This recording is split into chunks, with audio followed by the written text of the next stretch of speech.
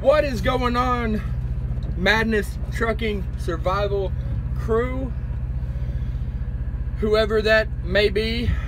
Yeah, got over here in Louisville, just dropped the trailer. My trailer isn't ready to be picked up yet, so kind of forced me to have to take my 10-hour break right here at the shipper. Yeah, so it was actually kind of an easy drive down here. Nothing too exciting happened.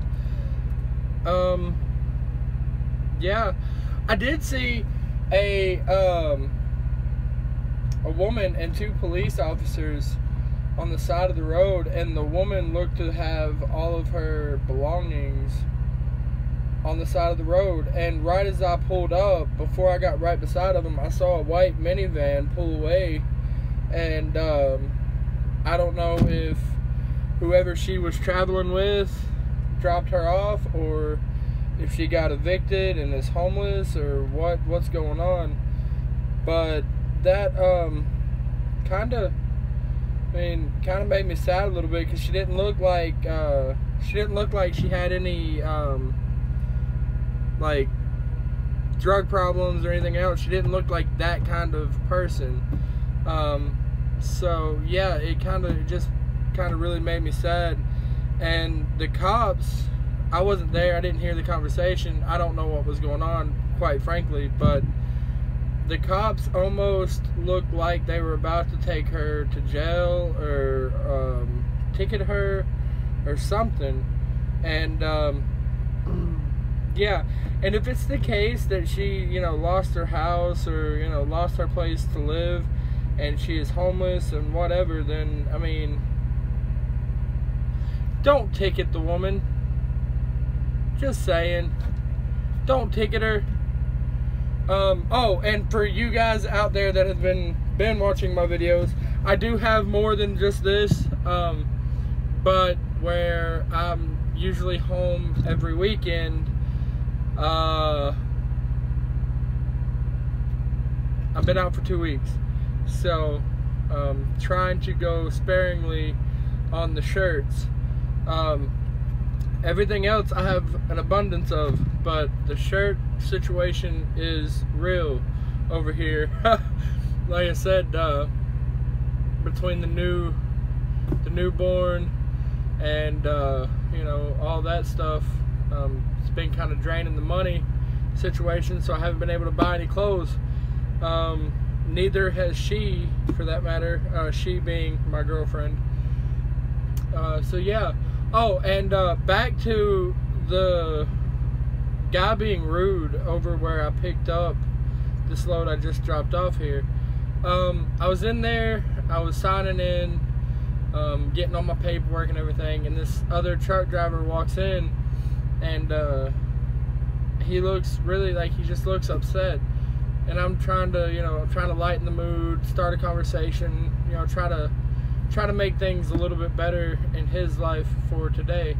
And I was like, man, been a rough one out there today. And he just the way he said it, he snapped at me, and he was like, yeah, but if it was easy, everybody would be doing it. And just come at me like that. And it really kind of touched a nerve, but I just ignored it and went about my business. I just thought that it's kind of funny how things could be going on in other, your life, my life, anybody else's life, and we tend to, more times than not, push our negative vibes on everybody else. And it just kind of, I don't know, works out that way, I guess, most of the time. And yeah, just try to be positive, try to have a positive outlook on this. I mean, I know we're gone from our families for long periods of time. I mean, even a week is long to be away from your family. I mean, yeah, I mean, even a week is long. It's not easy being gone from your family more than a couple of days. I mean, I guess some people don't have a problem with it, but the majority would like to be home every night, would like to be able to hold you know, hold their boyfriend or girlfriend or whatever whenever they sleep at night. And, you know, that's one of the biggest challenges for me, and to be able to hold my son. That's really been a difficult thing to experience. Yeah, and like I said, if a local job comes up where I live or whatever, then that would be really hard to walk away from. And it would be really hard to even, you know, to not consider it. At least consider it. So not COVID, just stop smoking. This vape is kind of messing with my throat a little bit.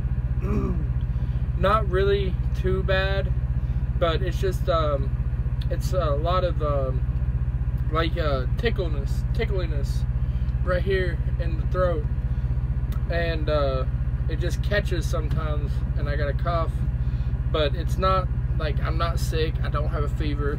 I've had my fever taken twice today. So yeah, it's just that, and my nose area is still messed up from allergies, and I just cleaned the truck the best I could right now until I get home. Wiped everything down, wiped all the cabinets down, inside and out, got all that done. Spent about an hour and a half fine detailing everything, cleaning everything, wiping all the knobs and stuff down on the dash, the speedometer area, all the gauges, my steering wheel. And for those out there that only clean their trucks like once a week or whatever, then you really you need to clean your steering wheel at least once a day, preferably twice a day. Anytime you get out and do something with the trailer, and you don't wash your hands, or you don't have the resources around to wash your hands real quick, when you get in the truck, if you got some cleaner, first of all, just spray a little bit of cleaner on that paper towel, clean off your hands. And then if you've touched your steering wheel, clean off the steering wheel, because you're sitting there driving all day with a dirty steering wheel. It's getting all over your hands, and then if you smoke, you're putting your hands up there. And I'm not saying that because of the CV situation or anything. I'm just saying I've done that since I've started trucking 2 years ago, or a year and a half, 2 years ago. Okay, I have a horrible memory. It is not the best at all. They all tell me it's not the best. It's not the best. So yeah, my memory's not the best. So we'll get on with the issues at hand, which is this video. You guys, like I said, if you like this video, if you like what I'm bringing to you guys that do watch my videos, and not all of my videos have views yet, and that's okay, but I'm just trying to make it out here. I'm just trying to bring something of value, whether it be entertainment value, or you take something out of what I say and use it for the best for you. Yeah, that's all I'm trying to do. And honestly, these videos really get me excited about my day. It is enjoyable to sit here and talk to you guys. So yeah, one thing I didn't do when I was cleaning my truck was I didn't clean my pedals yet, and I didn't clean the floorboard on the passenger side. I'm gonna wait till I get home till I have the Swiffer and do that. But it doesn't, like I said, I'm never over there, and there's really nothing there. But I did clean the floors. I sprayed the floors down with Awesome, and on this side and the driver's side, I just need. Oh, and one thing I didn't do is I need to, when I get off here, I'm gonna take this rug that I have over here on the driver's side and dust it out beside the truck. Yeah. So, like I said, clean the truck. I've got to scan all my paperwork and all my packets tonight. That should be fun, because I already have like 4 or 5 packets to scan. with all the pages of paperwork to go with it. So yeah, this is my office either way, whether I'm making videos to you or I'm driving. This is where the magic happens. Really, the magic should be happening back there, but there ain't no magic back there except sleeping. So on my flower comforter, yeah, it's amazing. It's tremendous. Man, I'm excited to get back and get my refrigerator on this truck. I need to stop somewhere and get this seat taken off of my truck. Because if it's not off of my truck by the time I go home, I'm going to do it and I'm going to put it in my apartment. And I'm pretty sure the girlfriend would be like, you need to get this fucking seat out of the apartment because it's a semi seat. It's not an apartment seat. So yeah, don't want any issues there. Plus I don't want to have to mess with taking out, disconnecting the airlines and keeping up with the parts and all that stuff. I'd assume they do it and get it off of here and store it at their building, their shop. So yeah, running low on funds out here, for real. Running low on funds. Like I said, I'm only used to being out for a week at a time, and I usually take a little bit of cash with me when I leave home, and I leave her the card. We've started doing that.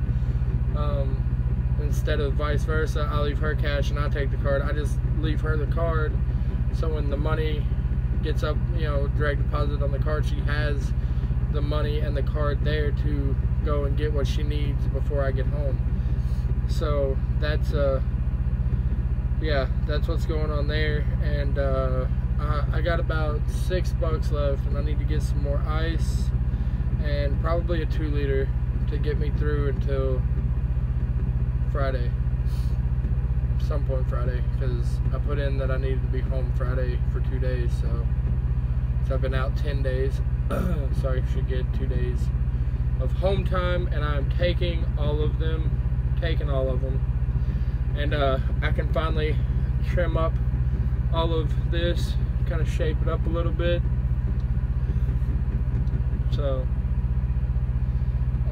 yeah.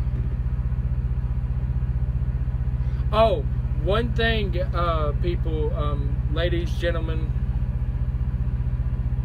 whatever else is out there, if you're watching, if you're in the sound of my voice, and you are thinking about going into truck driving, if you are not going home every day, you need trash bags, like actual trash bags on your truck. I talked about the grocery bags. That's for the trash and stuff, and you can throw them away or reuse the bag if it's not messy inside or whatever. But trash bags, you can put your dirty clothes in and seal them. I have a mesh bag, an actual dirty clothes bag, a laundry bag, but for the longest time, trash bags saved my ass multiple times. Because for one, if you have, say you're lazy one or 2 days and you don't empty your trash out, well, you got 2 bags of trash right there, you got some other trash laying around, and you want to clean your truck, you have trash bags to put those couple of bags of trash in, clean up what you got, and you have a trash bag to put your rags in, your paper towels, after you get done, spraying your Awesome or whatever cleaning supply you prefer. I like Awesome. I've always used Awesome. I was raised on Awesome, so there you go. So yeah, a good trash bag comes in handy every once in a while, and you want to keep like a stash of 5 or 6 of them in your cabinet somewhere or under your bunk somewhere. And always have an extra pair of gloves. I still got the same pair of gloves that I started with, that I bought my very first day being on a semi. But if those ever break or tear or whatever, or wear out, I have a pair of less quality gloves, but they will still do the job if necessary until I can get a better quality glove. because it sucks spilling diesel or getting diesel on your hands and then having to smell it, because even if you wash your hands, you can still smell it. And some places have the Gojo, which is really good to get it off, but if they don't have that there and you just got to use regular soap, you're smelling diesel until it just wears off. And then it gets everywhere, it gets on other places and everything, and then it's just a mess. Okay, it's just a mess. And like I said, good extra pair of gloves. Now I usually carry a set of jumper cables and a toolbox on my truck too, but I don't have them with me right now. I need to grab them when I'm home this weekend, because with toolboxes and stuff, you know, with your tools, there might be a little issue that comes up here or there, and you can fix it with a wrench or a screwdriver or whatever. It might be, the case might be, you might be able to fix it instead of calling roadside, being shut down for 2 hours, waiting on them, all that. You might just be better off just to do it yourself. But always call your dispatch and get advice from professionals. You call your dispatch, they'll probably transfer you to the shop. But always ask somebody that is in charge of that before you do it. So if you do wind up getting permission to do it and it messes up even more, you're not reliable for that fuck up. You were told to do it, you did it, and this was the end result.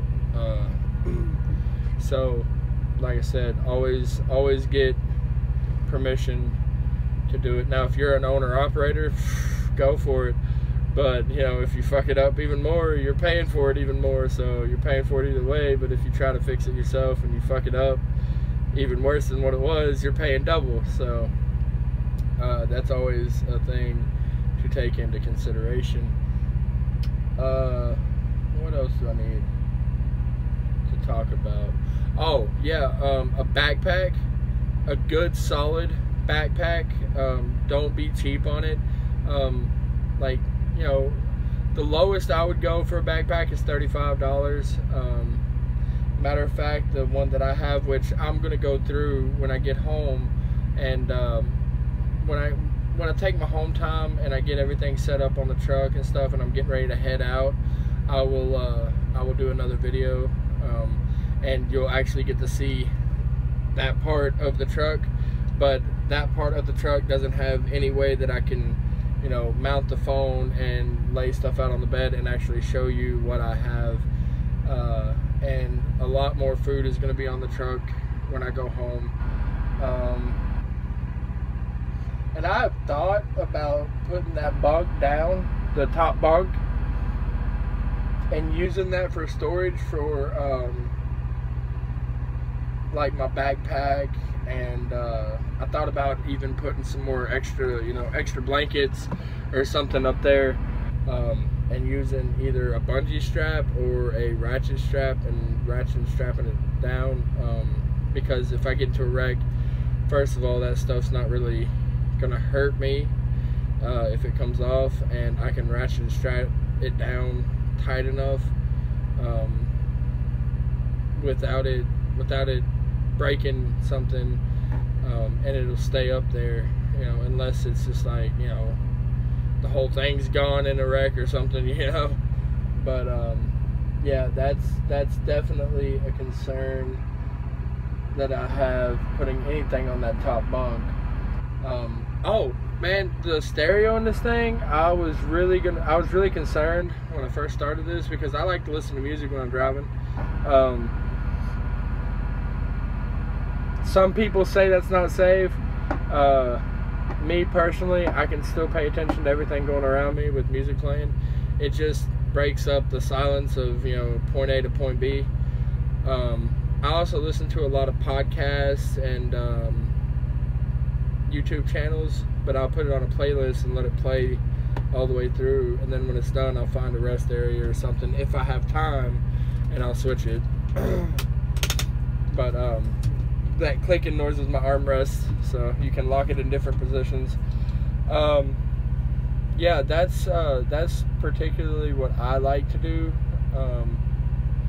when I'm driving, is listen to radio or playlists on my phone or podcasts or whatever. But to each is their own.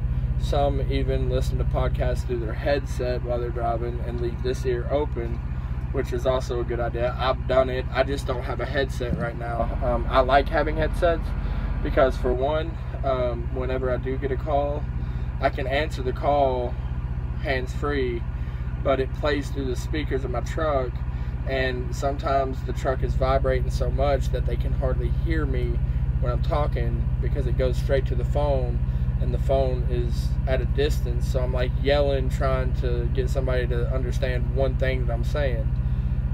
So I like to have a headset. I don't wear it all the time. When I do have one, I'll usually just clip it up here or something and let it dangle. Somebody calls me, I'll grab it, put it on. Hello, yeah. That is a really good thing to have, is a headset. When I do buy another headset, I'm gonna get I think it's the Rand McNally, or the Rand. It's got both sides, but one side comes off so you can drive with it. So they're supposed to be really good. They're like $200, but I just have not had the money to get that. So yeah, that is some more